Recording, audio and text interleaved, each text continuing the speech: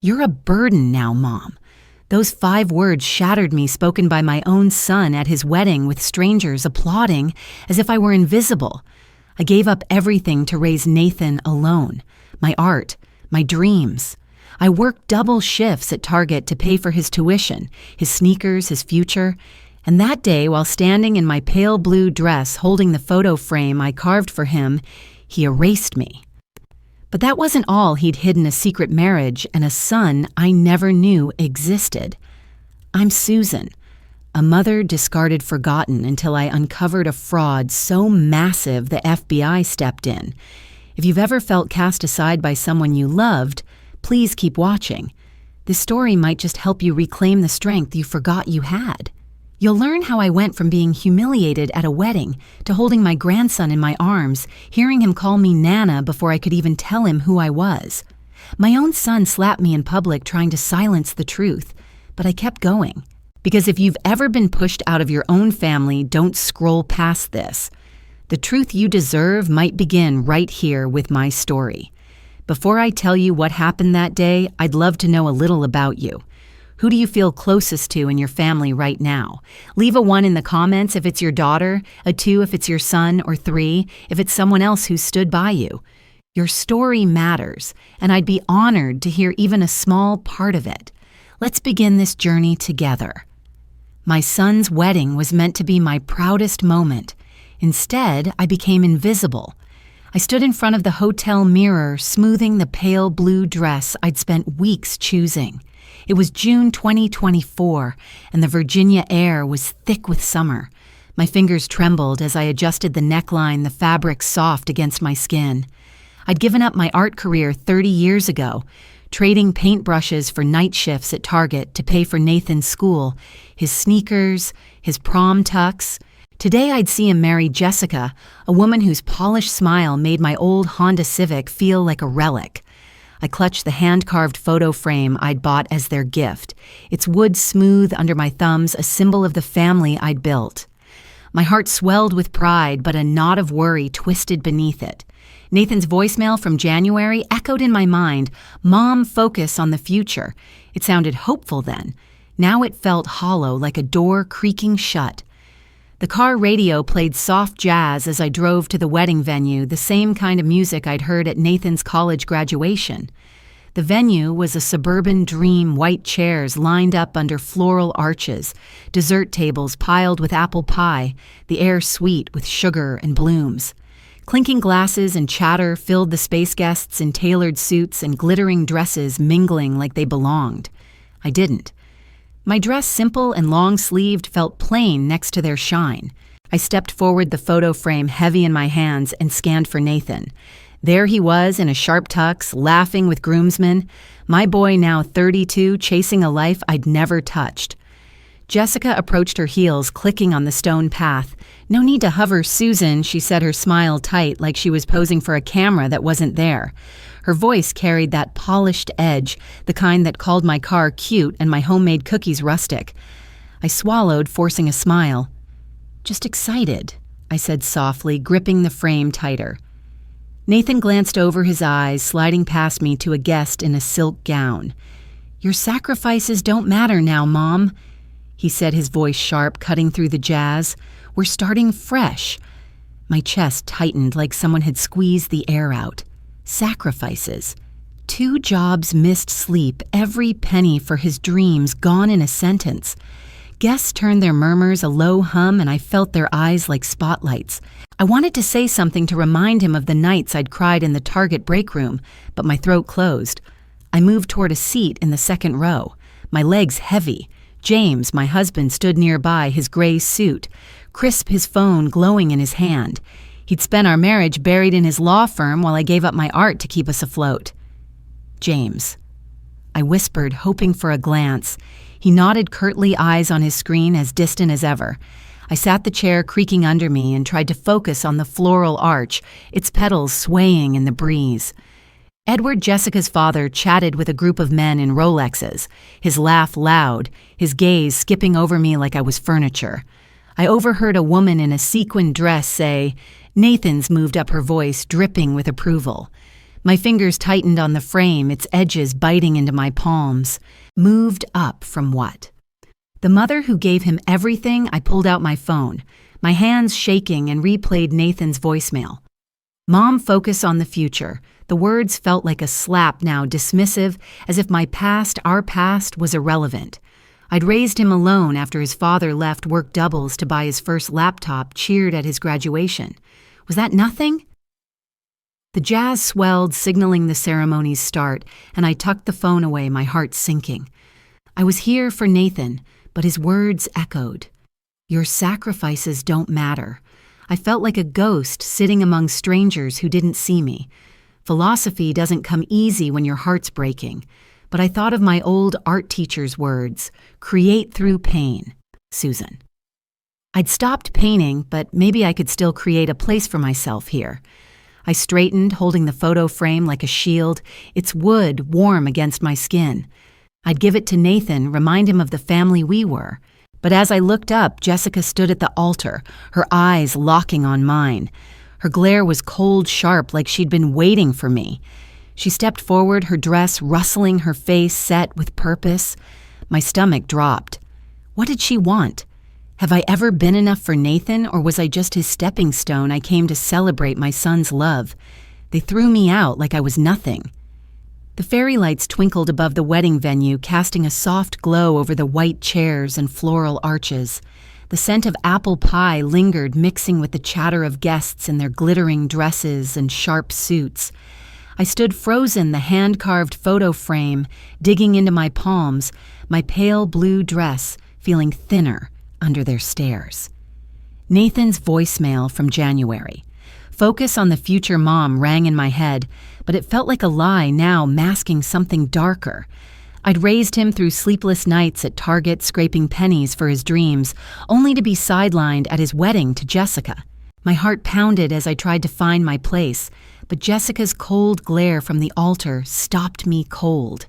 Before the vows could start, Jessica marched toward me, her white gown rustling like a warning. Her heels clicked on the stone path, sharp as a knife. Your invitation's revoked, Susan.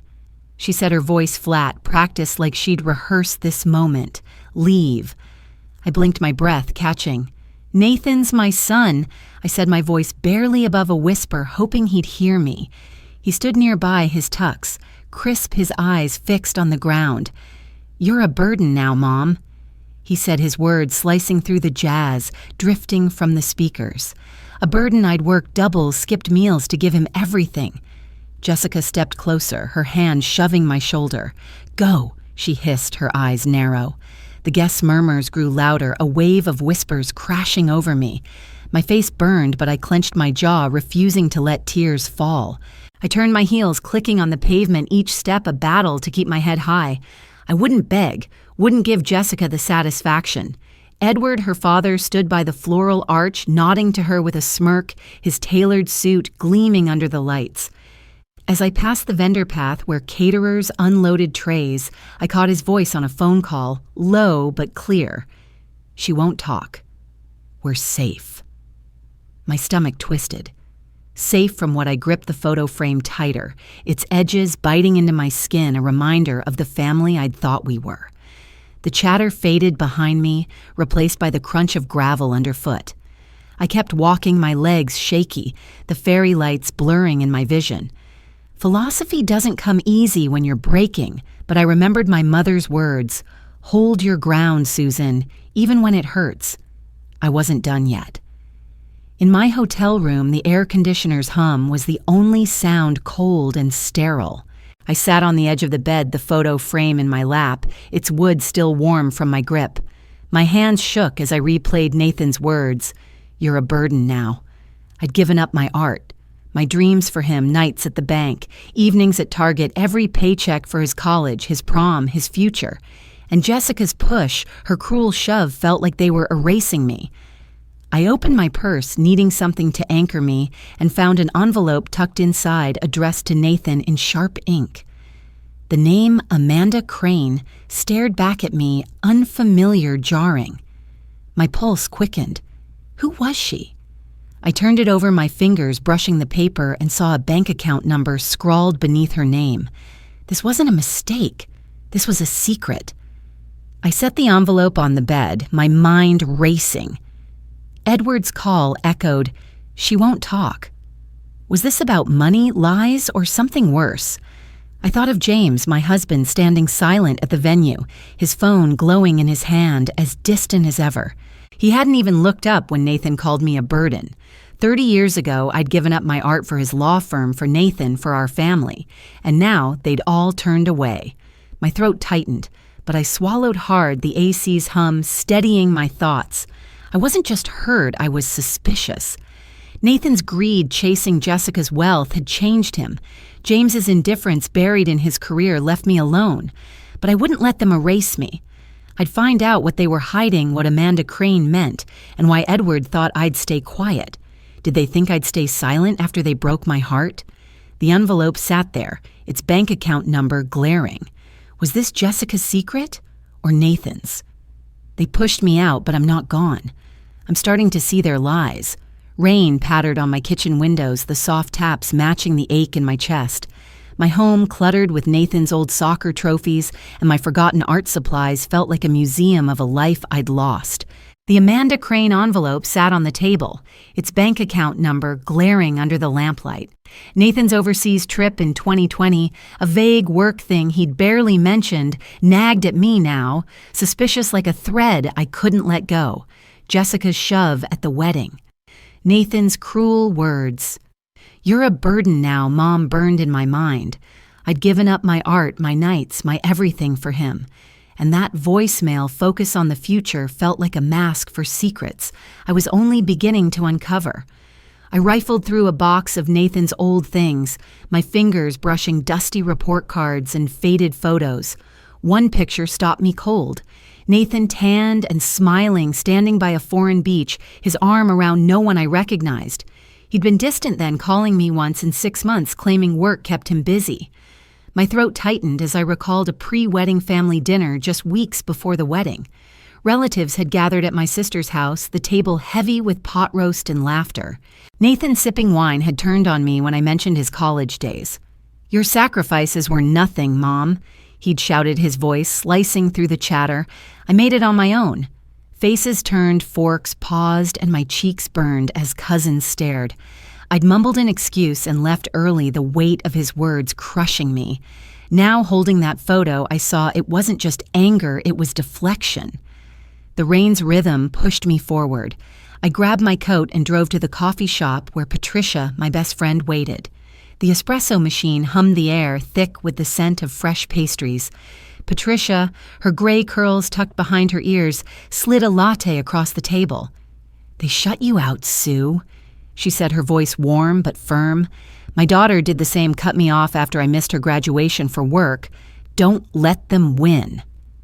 Her eyes held a familiar pain estrangement that mirrored mine.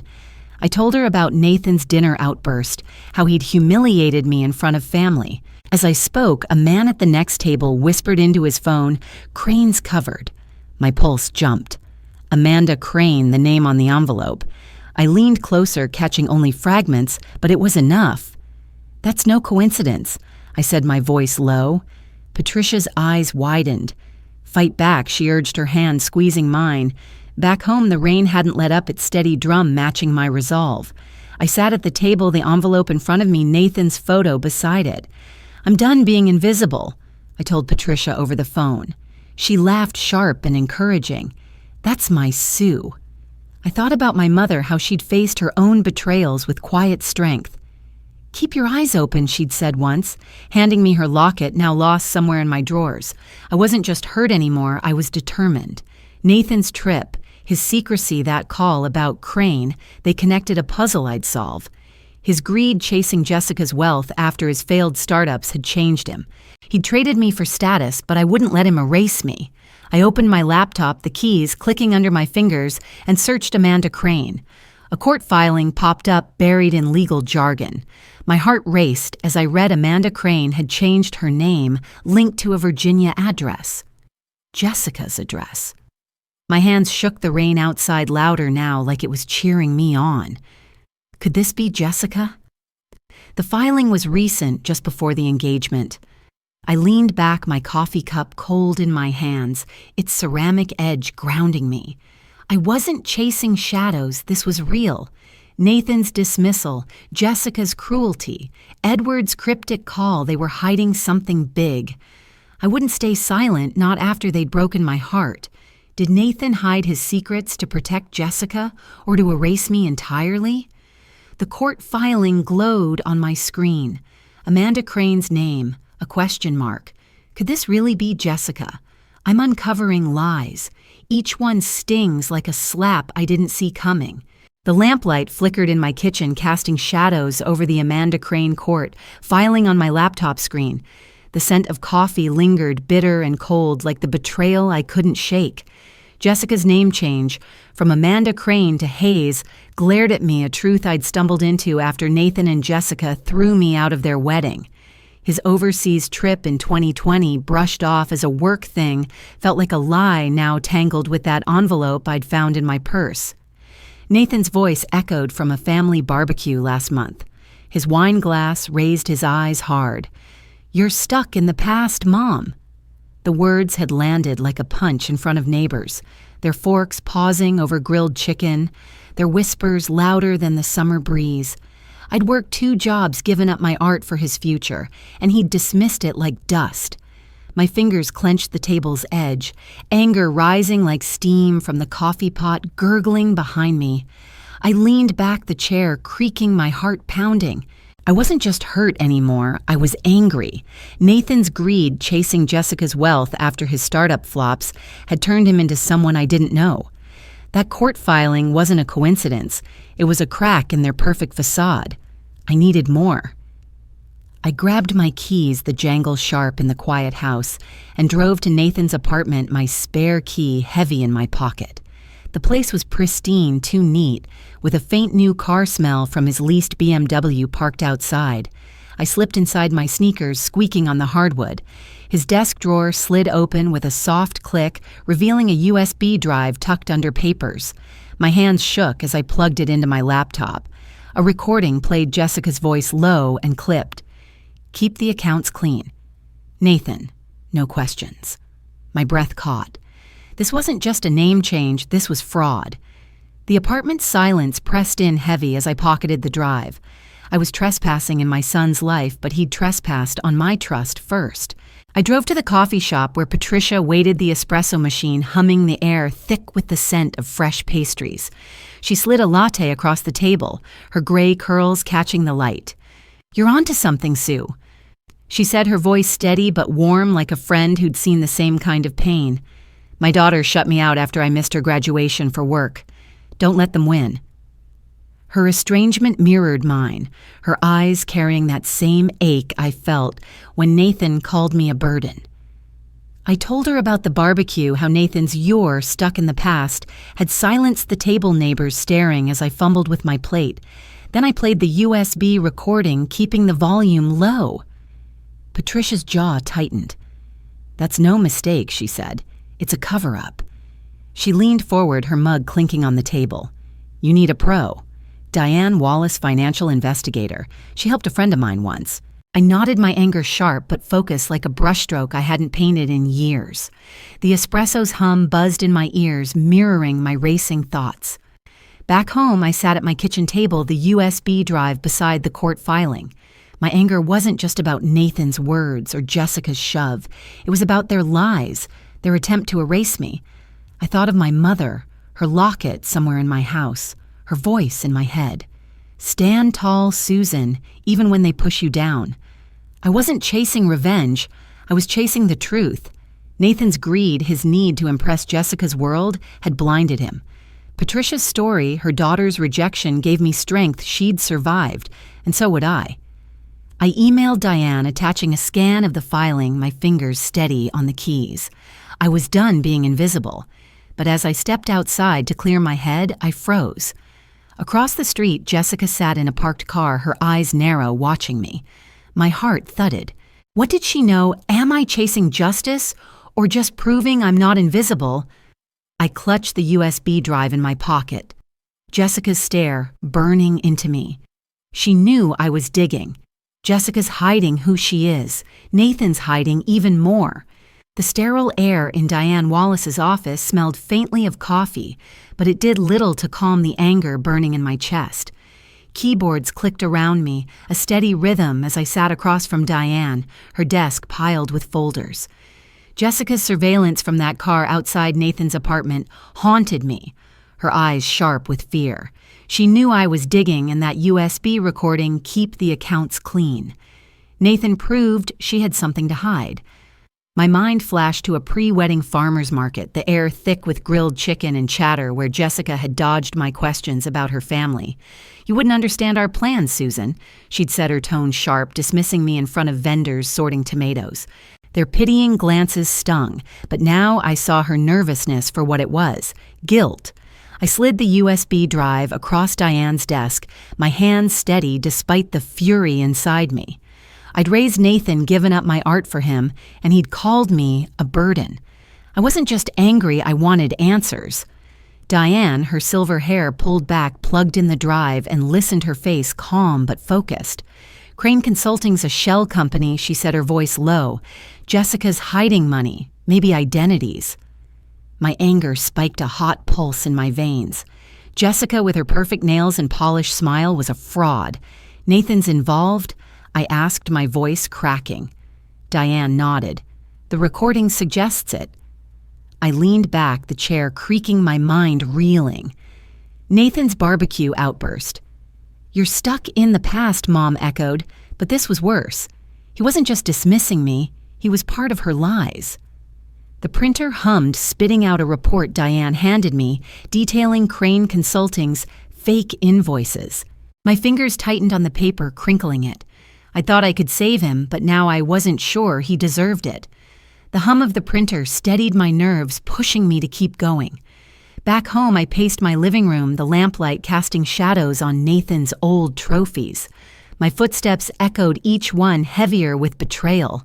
I remembered that farmer's market again, Jessica's quick glance away when I asked about her past, her hands fidgeting with a scarf. It wasn't just rudeness, it was fear of being caught. I opened Nathan's old laptop, the one he'd left at my house years ago, and searched his files. My heart stopped when I found a folder labeled Consulting. Inside were NDAs, non-disclosure agreements, signed by Nathan, tied to Crane Consulting. My trust in him cracked a sharp snap in my chest. He'd chosen Jessica's wealth, her world, over me. I sat on the couch, the laptop warm on my knees, and stared at the screen. My mother's voice whispered in my head, "Truth is your strength, Susan." I wasn't just chasing justice, I was fighting for the son I thought I knew. My pacing slowed, the echo fading as I focused on the NDAs, their legal jargon a map to their lies. I called Patricia, my fingers trembling as I dialed. She picked up, her voice warm. "You're stronger than I was with my daughter Sue," she said, her own estrangement a shadow behind her words. "When she cut me out, I didn't fight. You will." I told her about the NDAs, my voice tight with fury. "Nathan signed them. He's in on it." She gasped, her mug clinking on her table. "You're unstoppable," she said. I nodded, though she couldn't see my anger now, a fire driving me forward.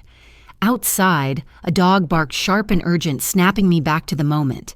I vowed to uncover Nathan's role, to peel back every lie. Patricia's encouragement, her own pain of being shut out, mirrored mine, giving me strength. I wasn't alone in this fight, but I was the one who'd finish it. I returned to the laptop, clicking through files, my heart pounding. One email caught my eye, buried in a folder labeled Old. It was from Isabel Morales, dated years ago before Jessica. My breath caught as I read, "You promised we'd stay together, Nathan." My fingers froze on the keyboard, the dog's bark fading outside. Who was Isabel? What promise had Nathan broken? My anger turned to shock, a cold wave washing over me. This wasn't just about Jessica's fraud. Nathan was hiding something bigger, something personal. I leaned back, the lamplight flickering, my mind racing. He'd called me a burden, dismissed my sacrifices, and now this. Had he always been this deceitful, or had Jessica twisted him into someone I didn't recognize? Was Nathan always this deceitful, or did Jessica steal the son I raised? The email glowed on the screen. Isabel Morales' name, a new mystery. Who was she, and what did Nathan hide? Jessica's lies are global. Nathan's secrets cut deeper than I imagined. The coffee shop buzzed jazz music, weaving through the hum of the espresso machine and the scent of fresh pastries. I sat across from Diane, my hands wrapped around a warm mug, but my mind was on that email from Isabel Morales, buried in Nathan's laptop. You promised we'd stay together. Jessica's fraud, her name change from Amanda Crane, was bad enough, but Nathan's hidden past felt like a knife twisting in my chest. I'd raised him, given up my art for his future, and now I was uncovering a life he'd kept from me. Diane leaned forward, her silver hair catching the light. Crane Consulting's tied to international fraud, she said, her voice steady but intense. Those NDAs you found, they hide silent partners. I slid Isabel's email across the table, my fingers trembling. What about this? A promise Nathan broke. Diane's eyes narrowed. Could be a hidden marriage. My heart lurched, anger flaring hot. A marriage. The jazz swelled its notes sharp, mirroring my racing pulse. I drove home, rain pattering on my windshield, the wiper's rhythm matching my fury. Nathan's dismissal at a family dinner last spring replayed in my head. We'd been at my sister's, the table crowded with mashed potatoes and laughter when I mentioned his old soccer days. You don't get how the world works now, Mom. He'd snapped his voice, cutting through the chatter. Your sacrifices are old news. Relatives froze their eyes, darting to me, and I'd forced a smile, my cheeks burning. Now that outburst wasn't just cruelty, it was a shield for his secrets. At home, I confronted James in our living room, the rain tapping the windows. I gave up my art for your law firm for Nathan, I said, my voice sharp. James. His tie loosened, looked up from his phone, his eyes guilty. Nathan's grown Sue. Let it go. I snapped. You never saw me. His gaze dropped, a flicker of remorse crossing his face, but I stormed out. The rain's drum, echoing my resolve. Back in my kitchen, the laptop's faint glow lit the room. Rain still falling outside. Patricia's text buzzed my phone. Found your mom's locket, yet keep going. Her words, tied to her own pain of estrangement from her daughter, fueled me.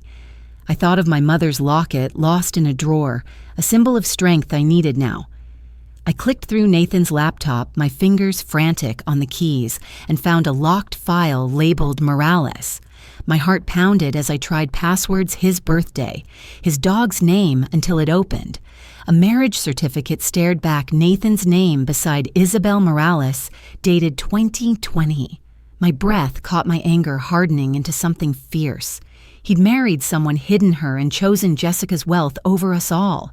His greed, his failed startups had driven him to this. I wasn't protecting him anymore, I was done.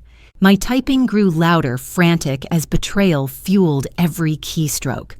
I leaned back, the chair creaking, my mind a storm.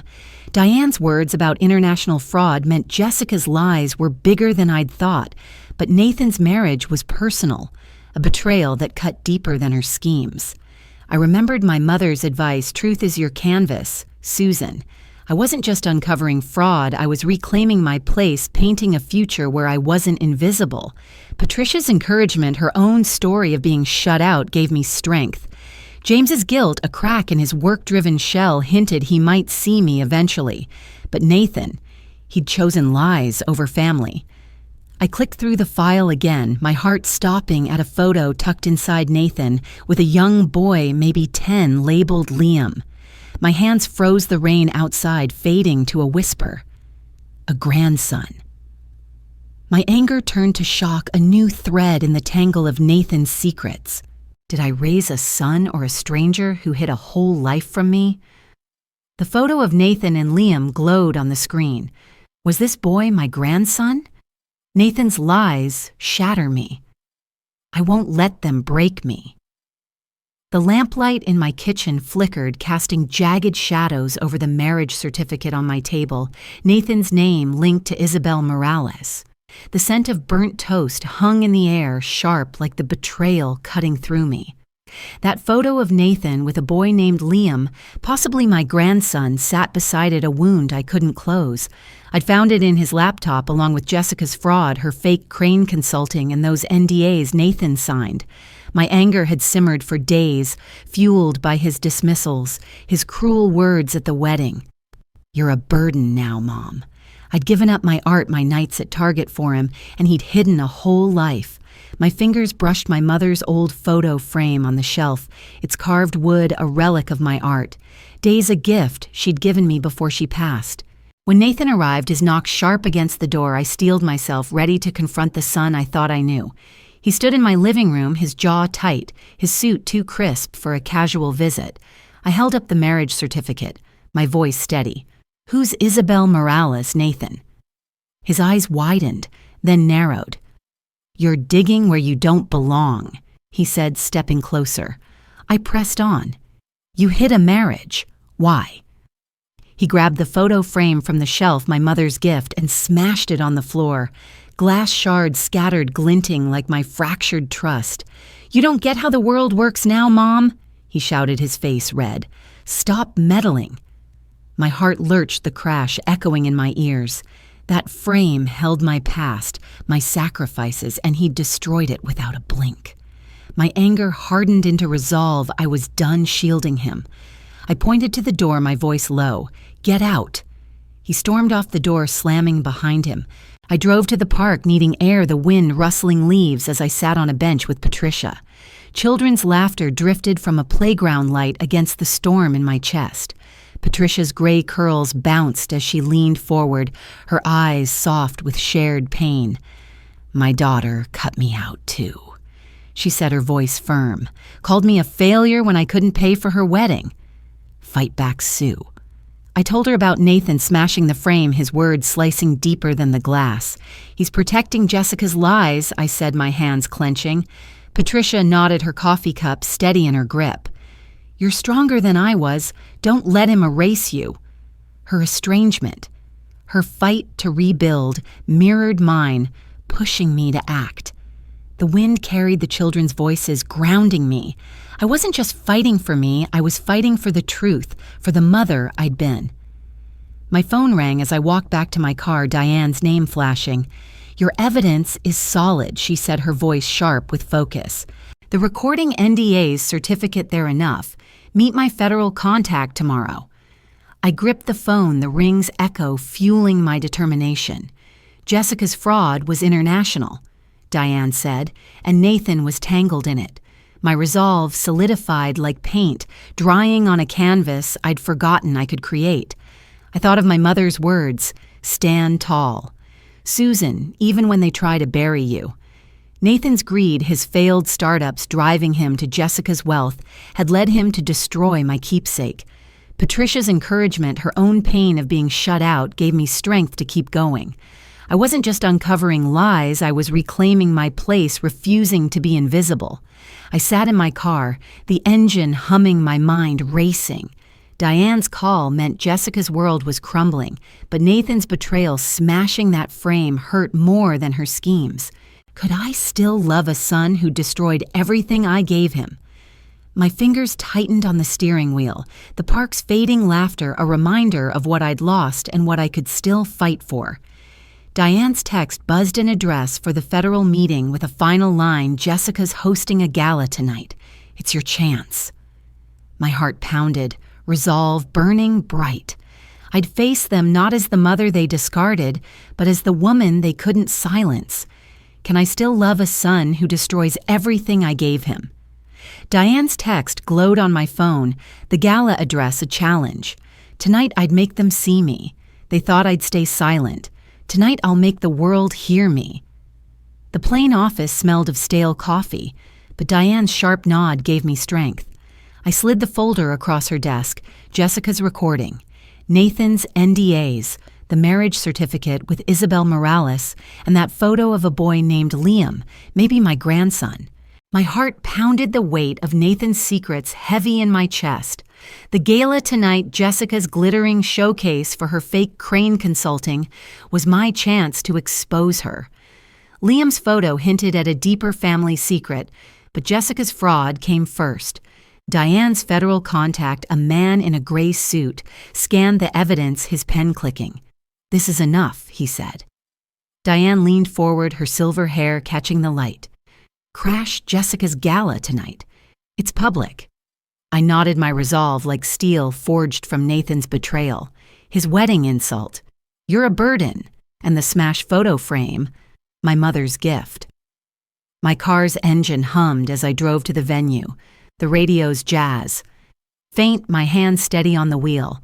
Imagine standing in front of a room full of strangers holding the truth that could destroy your own child's future. Would you speak up or stay silent to protect them? If you've ever felt torn between love and truth, drop a 6 in the comments. Because what happens next, Susan will never forget. The corporate venue sparkled chandeliers glowing over tables laden with grilled chicken appetizers, the air thick with their savory scent. Jazz music drifted smooth but deceptive like Jessica's polished smile. I wore a simple black dress, no match for the sequined gowns around me, but I didn't care. I was here to end their lies.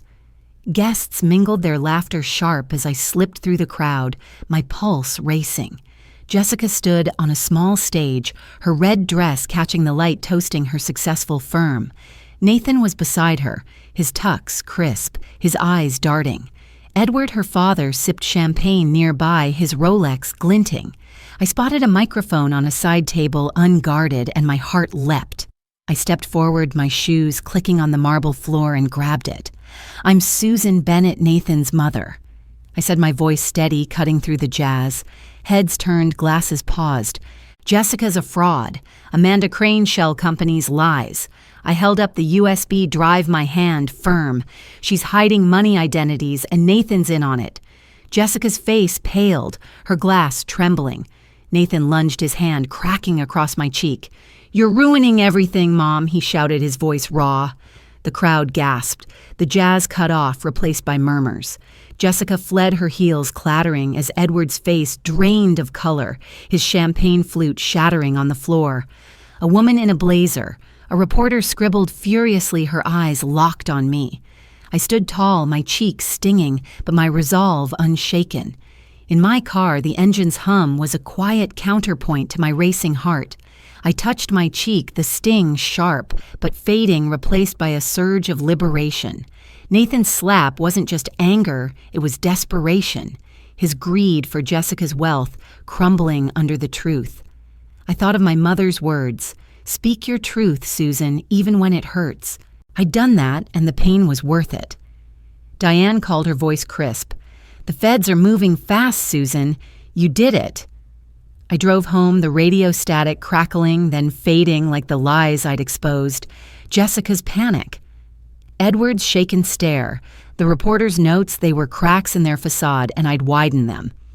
Nathan's betrayal, choosing status over family, hurt most, but I wasn't the mother he'd discarded anymore. Patricia's text buzzed. "You're a warrior, Sue." Her encouragement, rooted in her own estrangement, echoed in my mind. I was free not just from their lies, but from the need to please them. I pulled into my driveway, the night quiet except for the crickets' hum. My cheek still burned, but my heart felt lighter, like a canvas finally painted. Nathan's slap, his shouted, "You're ruining everything," was his last attempt to silence me, tied to his failed startups and hunger for Jessica's world. Edward's complicity, his wealth-driven smirk fading, showed their scheme unraveling. The reporter's scribbling promised media fallout, a public reckoning I'd sparked. I wasn't just exposing fraud, I was reclaiming my worth, proving I wasn't invisible. But as I reached my door, my phone rang an unknown number. "Susan, it's Isabel Morales." A woman's voice said, soft but urgent. "I'm at your door with my son." My breath caught the night air cold against my skin. Isabel from the marriage certificate, Liam from the photo. My heart raced, a new chapter opening before I could close this one. Did I destroy their lies or just uncover the pain they caused me? Isabel's voice lingered on the phone, her words heavy. She was here with her son at my door. Jessica's fraud is exposed. Nathan's hidden family breaks my heart wide open. The kettle whistled in my kitchen, its sharp cry cutting through the warm air scented with chamomile tea. I stood frozen phone, still in hand, Isabel Morales' voice echoing, "I'm at your door with my son." The marriage certificate, I'd found Nathan's name beside hers, and the photo of a boy named Liam flashed in my mind. My triumph at the gala where I'd exposed Jessica's fraud to a stunned crowd felt distant now. Nathan's slap, his desperate cry, "You're ruining everything," still stung my cheek, but this new secret, a hidden family, was a deeper wound. I opened the door, my hands trembling, and there she was, Isabel, 28. Her dark hair pulled back, her eyes soft but wary. Beside her stood a boy, 10, with Nathan's hazel eyes. My breath caught. This was Liam, the boy from the photo, my grandson. I ushered them in, the kettle's whistle fading, my heart pounding with shock and hope. Isabel sat on my couch, Liam clutching her hand. "I'm sorry," she said, her voice low. "I thought you disapproved of me, of our marriage in 2020. Nathan said you didn't want me in the family." Her words hit like a punch. I'd never known she existed. "He abandoned us." She continued, her eyes glistening. "Left for Jessica, said it was a fresh start." Liam looked up, his voice small but clear. "I like your stories, Nana." My throat tightened, tears pricking my eyes. Stories I hadn't told him any, but his words, so earnest, cracked something open in me. I knelt, hugging him, his small frame warm against mine. "I'll tell you all my stories," I whispered. Isabel smiled, tearful, her hand squeezing mine. The kettle's fading whistle softened the tension, but my shock grew. Nathan had hidden a wife, a son, and blamed me. I was done being the mother he erased. My phone rang, Nathan's name flashing. I answered, my voice cold. "What do you want?"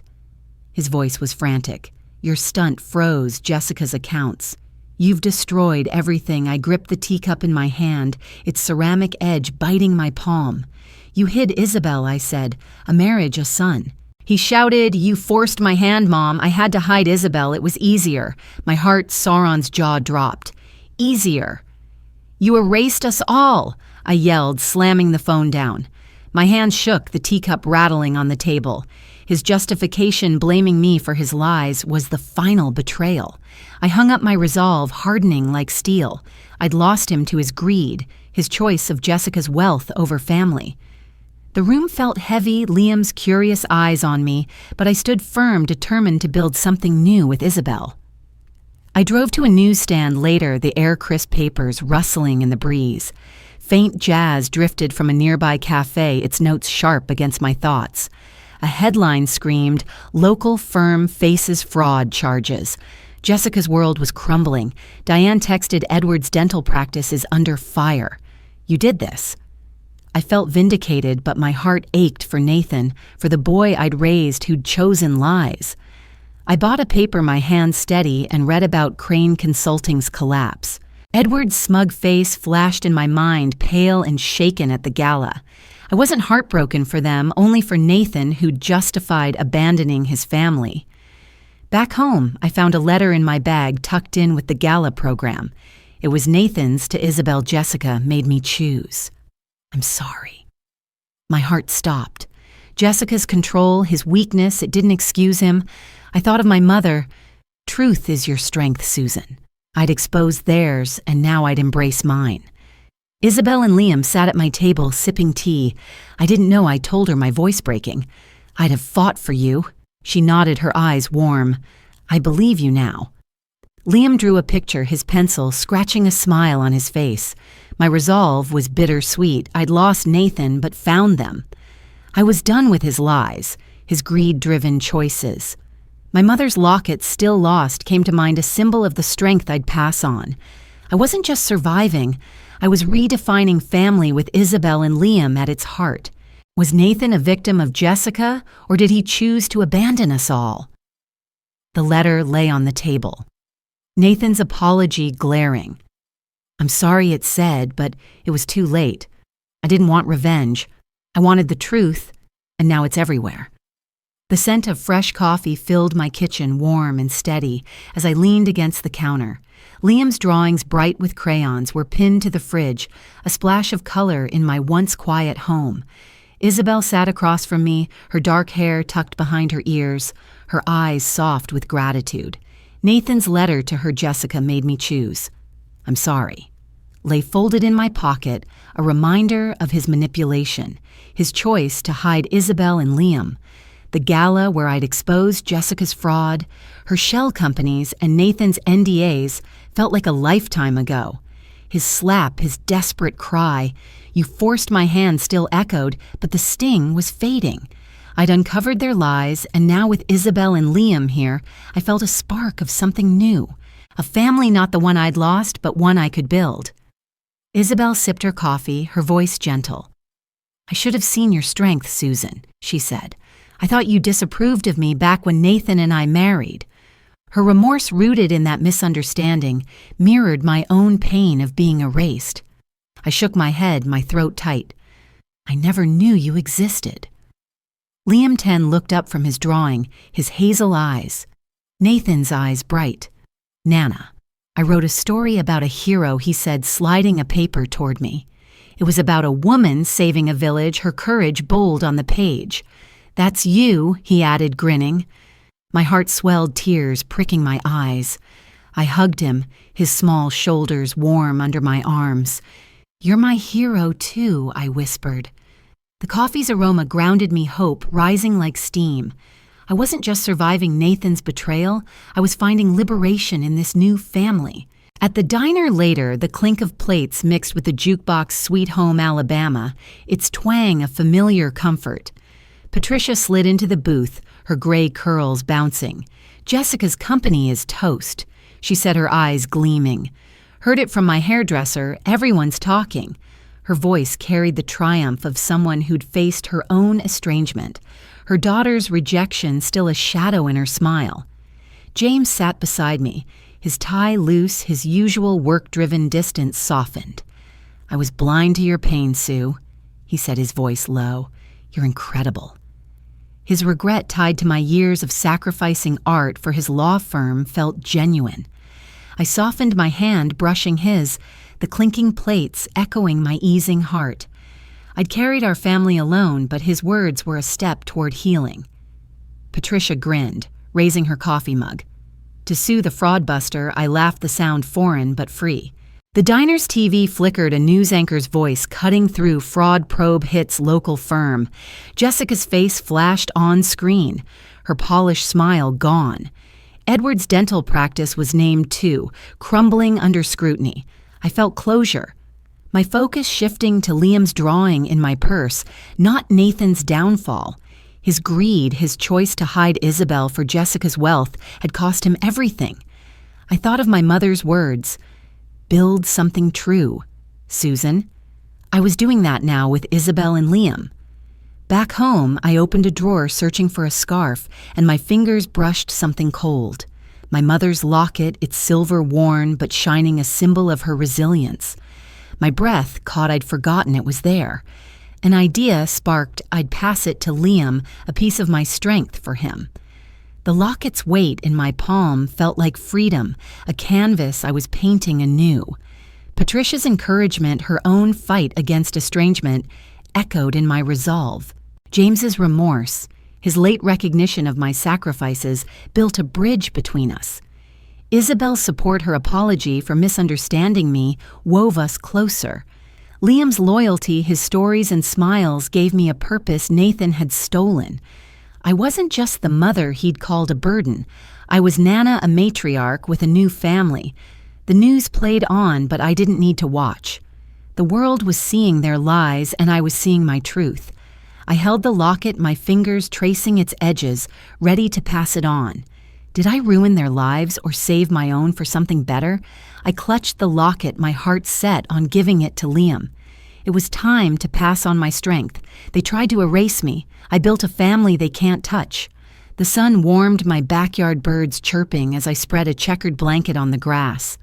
The scent of fresh-cut grass mixed with the laughter of Liam, my grandson, chasing a butterfly nearby.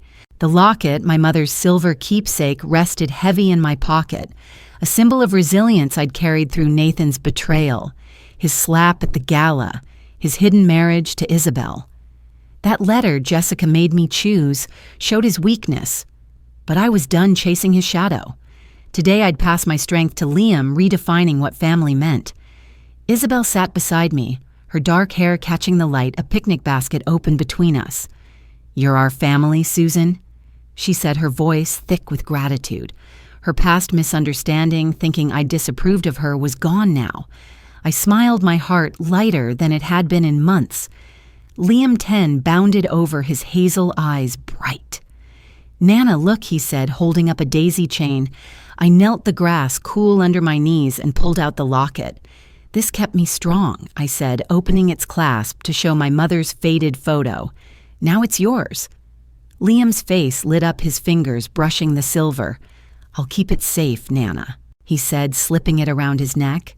Isabel's eyes welled and she hugged me, her arms warm. "You're more than I hoped for," she whispered. I hugged her back, tears pricking my eyes. The birds' chirps echoed my joy, a new family blooming, where Nathan's lies had tried to bury me. I thought of my mother's words, "Build through love." Susan. This was my canvas, now painted with Liam's laughter and Isabel's trust. Later at Isabel's small apartment, the air smelled of fresh paint cans clinking as we coated Liam's room in sky blue. James worked beside me, his sleeves rolled up, a rare sight for a man who'd lived for his law firm. "I should have seen your strength sooner, Sue," he said, his voice soft, his brush pausing. I'd given up my art for his career for Nathan, and his distance had stung for years. Now his regret felt real, his eyes meeting mine with warmth. I smiled, forgiving the past, my brush moving in steady strokes. "We're here now," I said, my heart easing. The paint can's clink mirrored my hope, building something solid with James, Isabel, and Liam. Nathan's betrayal, his slap, his cruel, "You're ruining everything," faded against this new beginning. Patricia stopped by, her gray curls bouncing as she carried a tray of homemade cookies.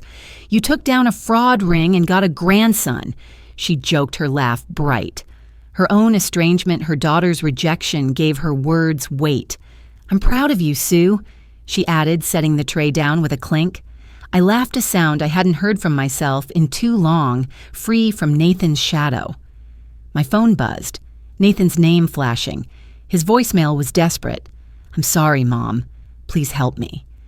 My finger hovered over the play button, his slap stinging in memory, his justification.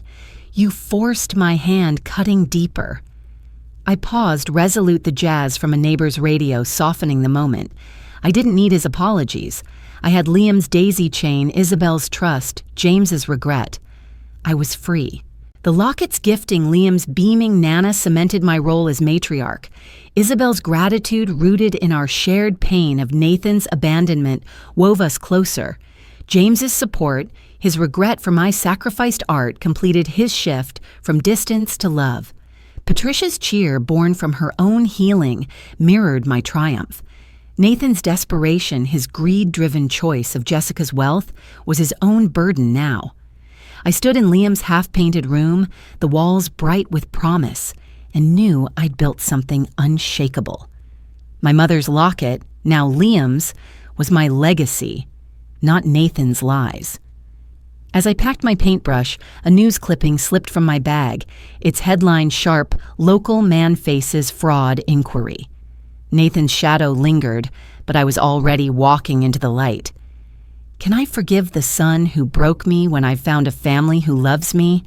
I deleted Nathan's voicemail, my heart set on Liam and Isabel. The news clipping lay crumpled on the floor. "Nathan wants me back.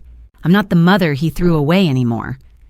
Morning light streamed into my kitchen, warm and soft, the scent of apple pie baking in the oven, wrapping around me like a hug. Liam's crayon drawings glowed on the fridge, a testament to the new family I'd found. The news clipping from yesterday, headlined, "Local Man Faces Fraud Inquiry," lay crumpled in my purse. Nathan's downfall sealed in ink. His voicemail pleading for forgiveness sat unlistened on my phone. I'd uncovered Jessica's fraud, exposed Nathan's hidden marriage to Isabel, and survived his slap. His cruel words, "You're a burden," and the shattered photo frame. I pressed delete on his message. My finger steadied the kettle's whistle, signaling my calm. I wasn't his anymore. I was free, building a life with Isabel and Liam, my grandson, who called me Nana. At the park, the swings creaked as I pushed Liam, his laughter ringing with the other children's. His locket, my mother's, glinted around his neck, a symbol of the strength I'd passed on. "You're my favorite Nana." He called, his hazel eyes bright. Isabel stood beside me, her smile warm. "We're family now," she said, her voice steady, her past misunderstanding of me thinking I disapproved of her long gone. James, his gray hair catching the sun, took my hand. "I'm proud of you, Sue," he said, his eyes soft with regret. For the years I'd sacrificed my art for his law firm. I squeezed his hand, the swings creak echoing my freedom. I'd carried our family alone, but now we were rebuilding together. My mother's words whispered in my mind, "Love is your legacy, Susan." I was living it with Liam's joy and Isabel's trust. Back home, Patricia arrived, her gray curls bouncing as she set a homemade apple pie on the counter, its crust golden. "You rebuilt everything, Sue." She said, her laugh bright, her own estrangement from her daughter giving her words depth. We toasted with coffee mugs, the clink sharp in the quiet kitchen. I hung Liam's newest drawing, a picture of us at the park next to the others, my heart full. Nathan's betrayal, his greed for Jessica's wealth. His smashed frame faded against this moment. I was no longer the mother he'd called a burden, the woman Jessica shoved out. I was Nana, a matriarch whole. "I'm not looking back," I declared, my voice firm, the children's laughter from the park still echoing in my ears. Patricia grinned, raising her mug again, and James nodded, his pride clear. Isabel hugged me, her warmth sealing my peace. The news clipping Nathan's legal troubles was a footnote now. I didn't need to read it again. His choices, hiding Isabel, choosing Jessica's lies, were his to carry. Isabel's bond, rooted in our reconciliation, gave me a daughter I'd never known I had. Liam's joy, his swing ride laughter, wove our generations together. James's support, his regret for my sacrificed dreams, made us whole again. Patricia's celebration, her own healing from estrangement, mirrored my triumph. I stood in my kitchen, the pie's aroma wrapping around me, and knew I'd built something true. I wasn't theirs anymore. I was meant for this family. This love, this life. Was I ever theirs? Or was I always meant for this family? As I stared at Liam's photo on my laptop, the shock of Nathan's hidden marriage mingled with the anger of his betrayal, yet a spark of hope flickered for a family I never knew I had. Jessica's fraud, her shell companies, and Nathan's lies tried to erase me, but uncovering their secrets showed me my own strength. In life, family bonds can break under greed or misunderstanding, but love and truth can rebuild them like stitching a quilt from tattered pieces. My mother once said, "Hold tight to what matters." Susan and I learned that listening to your heart can lead you to those who truly see you. For every moment we feel cast aside, there's a chance to find connection, whether at a backyard picnic or a quiet coffee shop chat. If this story touched you, please share your own family memories in the comments. I'd love to hear them.